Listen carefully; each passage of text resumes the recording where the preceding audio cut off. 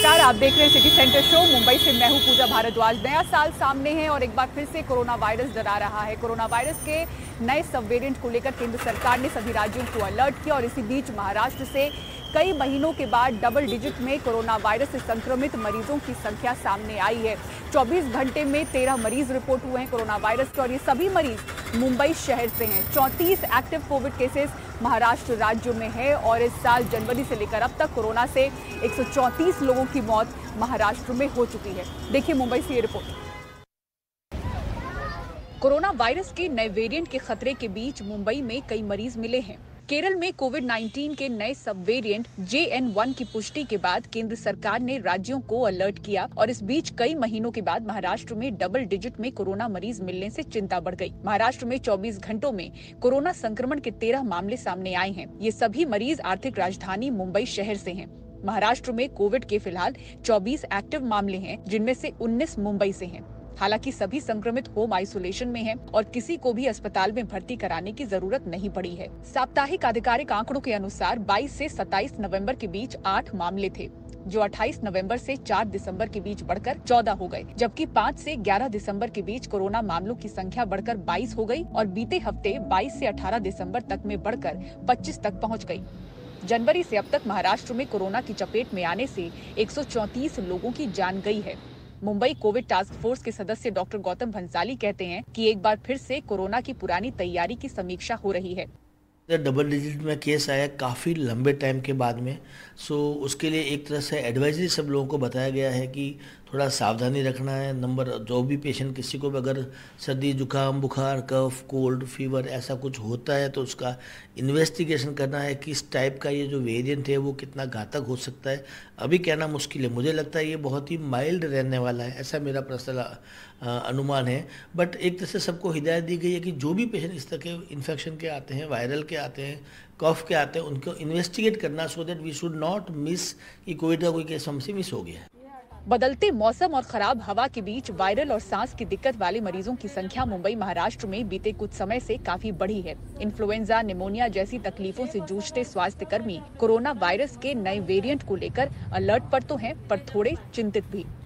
Viral है, pneumonia का infection हो, चाहे ये वाला कोविड का इन्फेक्शन हो, चाहे कोई और चीज़ हो, चाहे डेंगू वगैरह हो, चाहे H1N1 हो, सब में सिम्टम्स ऑलमोस्ट एक जैसे रहते हैं। कफ कोल्ड फीवर, गला खराब रहना, लंबे टाइम तक खांसी रहना, कई बार हाई ग्रेड बुखार रहना, कई बार नोसिया फील होना, इस टाइप के सिम्टम रहते हैं। तो थोड़ा सा डेफिनेटली कन्फ्यूजिंग सिम्टम जरूर है, बट इसीलिए हमने थोड़ा सा ये नंबर ऑफ केसेस बढ़ते हुए एक थोड़ा एडवाइजरी किया है कि जिनको भी गला खराब या खांसी होती है उनका कोविड का भी टेस्ट करें, सो दैट हमें पता रहे कि केसेस कहीं बढ़ तो नहीं रहे।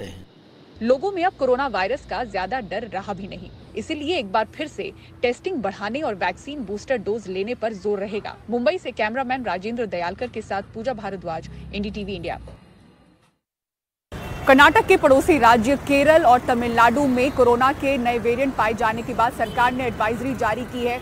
60 साल से ज्यादा उम्र के लोगों या फिर लंबी बीमारी से जो ग्रसित लोग हैं उन्हें मास्क पहनने की सलाह दी गई है। गर्भवती महिलाओं को भी मास्क पहनने की सलाह दी गई है। हालांकि किसी तरह से नए साल और क्रिसमस के जश्न में रोक नहीं लगाई गई है। देखिए निहाल किदवई की कर्नाटक से ये रिपोर्ट। कुछ लोग मास्क लगा रहे हैं तो कुछ लोग बेखौफ। राज्य सरकार ने गर्भवती महिलाओं, बुजुर्गों और मरीजों को मास्क पहनने की हिदायत दी है।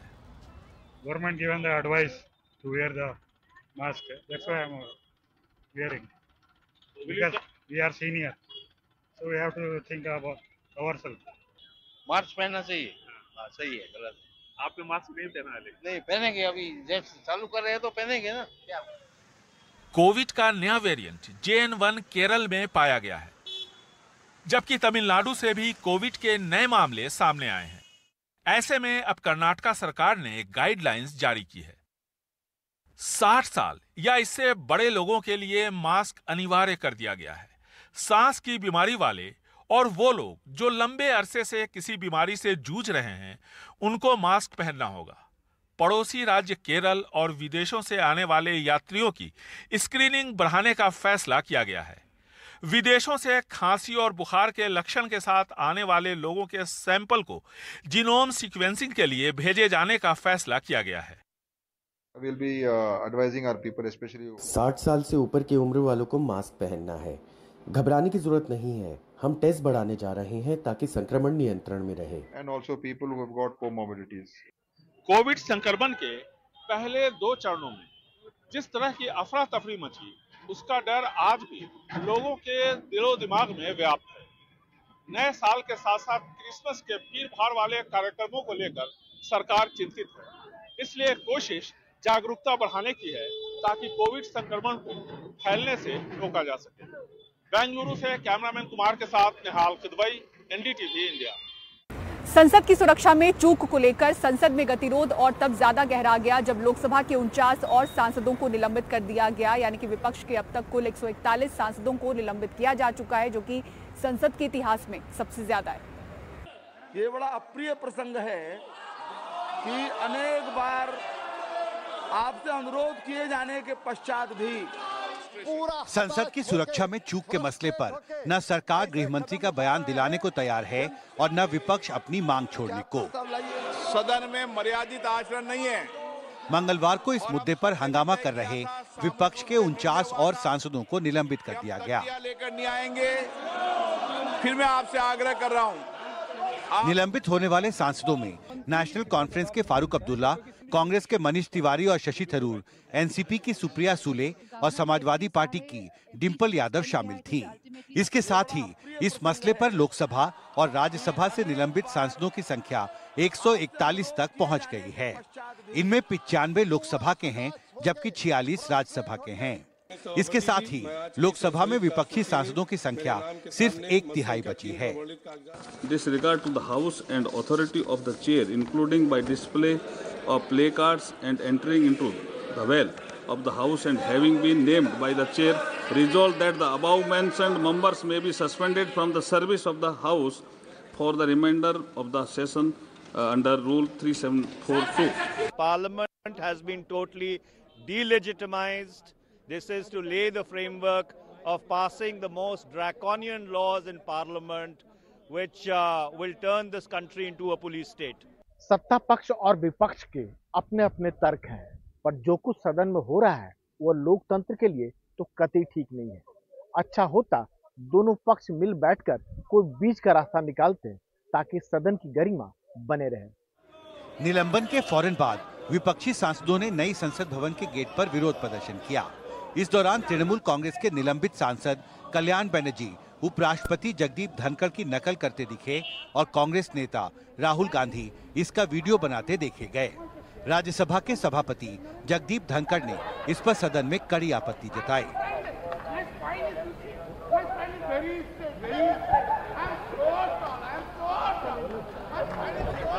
Mr. Chidambaram, you are a very senior member. Imagine what must be going through my heart when your senior leader videographs a member parliament mocking the institution of chairman. As an individual, take on me. प्रश्न है कि माननीय मंत्री जी द्वारा प्रस्तुत प्रस्ताव। मंगलवार को राज्यसभा में हंगामे के बीच सरकार ने द एप्रोप्रिएशन बिल पारित करा लिया।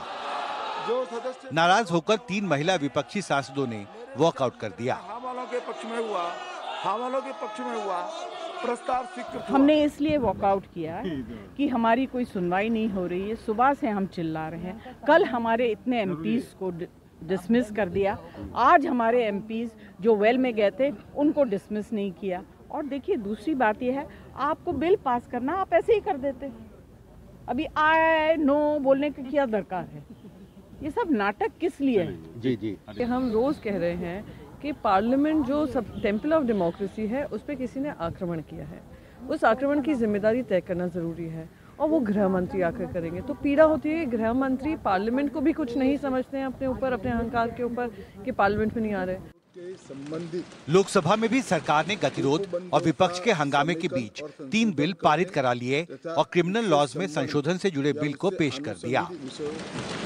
महोदय, मैं प्रस्ताव करता हूं कि अपराधों के संबंधित उपबंधों का समेकन और संशोधन करने तथा उससे संबंध या उससे आनुषंगिक विषयों वाले विधेयक पर विचार किया जाए और दंड प्रक्रिया संबंधी विधि का समेकन और संशोधन करने वाले विधेयक पर विचार किया जाए और निष्पक्ष विचारणा के लिए साक्ष्य के साधारण नियमों और सिद्धांतों को समेकित करने तथा उनका उपबंध करने वाले विधेयक पर विचार किया जाए।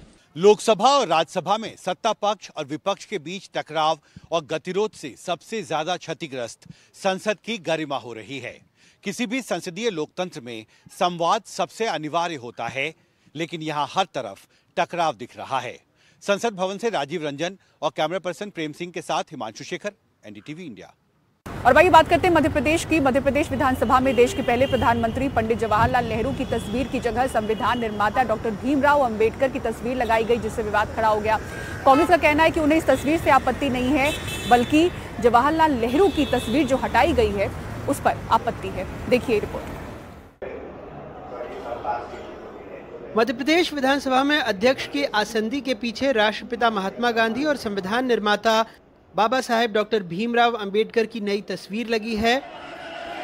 वैसे 15वीं विधानसभा के आखिरी सत्र से पहले बापू के साथ यहां पंडित नेहरू की तस्वीर लगी थी। कांग्रेस को नई तस्वीर पर ऐतराज तो नहीं, लेकिन कुछ सवाल हैं। वहीं बीजेपी कह रही है कांग्रेस एक परिवार को पूजती है। ये क्या मुद्दा है? और मैं तो कहता हूँ कि जिस प्रकार से भारतीय जनता पार्टी विचारधारा चल रही है, नाजीवाद की, हिटलरशाही, कोई बड़ी बात नहीं। समय आने पे गोडसे की तस्वीर भी आपको दिखे तो कोई षड्यंत्र देखते हैं पंडित जी की तस्वीर को हटाना? देखिए, मैं आपसे कहता हूं कि राष्ट्र के निर्माण में सभी नेताओं का, हमारे माननीयों का, सबका रहा है योगदान। चाहे नेहरू जी हो, चाहे अम्बेडकर जी हो, चाहे अटल बिहारी वाजपेयी हो, सभी का सम्मान होना चाहिए। इतनी घटिया राजनीति नहीं होना चाहिए। कांग्रेस ने केवल भ्रम फैलाने की कोशिश की हमेशा, और नेहरू खानदान से अलग कांग्रेस नहीं गई है। भारतीय जनता पार्टी की सरकार सभी महापुरुषों का सम्मान करने का काम कर रही है। डॉक्टर भीमराव अंबेडकर पे कांग्रेस को क्या आपत्ति है? कांग्रेस को लोग बताएं। नेहरू का दर्शन आप कह रहे हैं कि अलग था, बिल्कुल दर्शन किस तरीके से? देखिए, दर्शन इस रूप में था कि उन्होंने देश को सनातन राष्ट्र नहीं माना। उन्होंने कहा कोई आ गया बस गया, कोई काबिल आया बस गया, और ऐसे भारत का निर्माण हुआ है। भारत का निर्माण सदियों से सृष्टि निर्माण के साथ है, इसलिए यह राष्ट्र सनातन राष्ट्र है जिसकी कोई तिथि नहीं है। ये भी नेहरू के दर्शन में नहीं था। नेहरू अपने देश को भी जो भिन्न भिन्न देश है उनके जैसा देश मानते थे। दो चित्र, एक राष्ट्रपिता महात्मा गांधी का और दूसरा पूर्व प्रधानमंत्री पंडित जवाहरलाल नेहरू का 1996 से मध्य प्रदेश विधानसभा में अध्यक्ष की कुर्सी के पीछे की दीवार के दोनों ओर दाएं और बाएं मौजूद थे। हालांकि राज्य विधानसभा ने कहा है कि जुलाई 2023 में तत्कालीन विधानसभा अध्यक्ष गिरीश गौतम के आदेश पर नेहरू के चित्र को डॉक्टर बी आर अम्बेडकर के चित्र से बदल दिया गया, क्योंकि वो चित्र खराब हो गया था।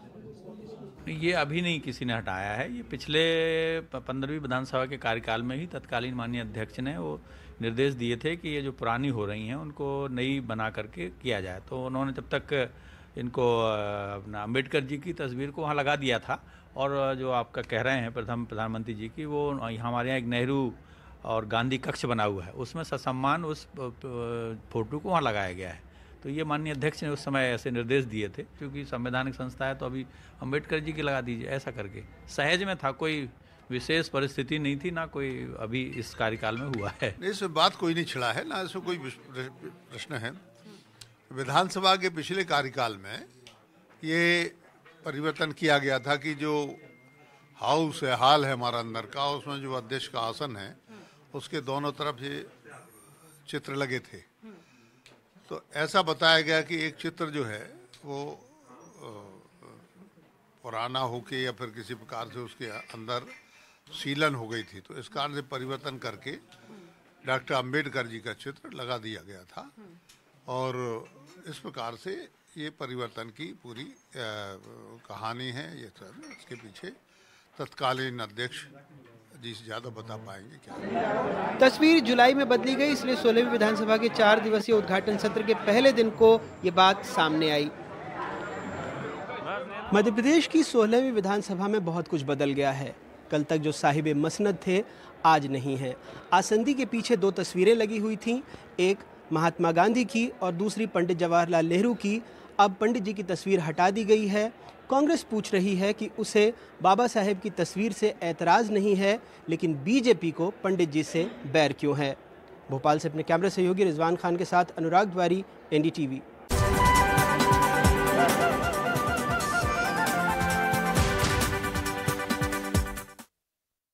और अब आइए बात करते हैं तमिलनाडु की, जहां बाढ़ से हालात बेहद खराब हैं। बारिश का कहर जारी है, 4 जिले बुरी तरह से प्रभावित हैं। आइए आपको तमिलनाडु की हालत इन तस्वीरों के जरिए दिखाते हैं। बारिश और बाढ़ से 3 लोगों की मौत हो चुकी है। श्रीवाईकुंडम रेलवे स्टेशन पर करीब 100 लोग बाढ़ की वजह से फंस गए, जिन्हें हेलीकॉप्टर के जरिए बचाया गया।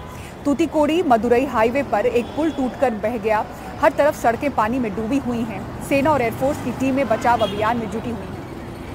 और मशहूर फ्री स्टाइल फुटबॉलर अगुस्का और पैट्रिक कश्मीर के दौरे पर हैं। 18 दिसंबर को उन्होंने श्रीनगर में लाल चौक, निशात बाग और डल झील में शिकारे पर फुटबॉल के साथ करतब दिखाए। दोनों फुटबॉल बैलेंस करते हुए नजर आए। उन्हें देखने के लिए बड़ी संख्या में स्थानीय लोग इकट्ठा हुए। अब इससे जुड़ा वीडियो सोशल मीडिया पर वायरल हो रहा है। सिटी सेंटर शो में फिलहाल इतना ही। पूरी टीम को दीजिए इजाजत। खबरों के लिए देखते रहें NDTV इंडिया। नमस्कार।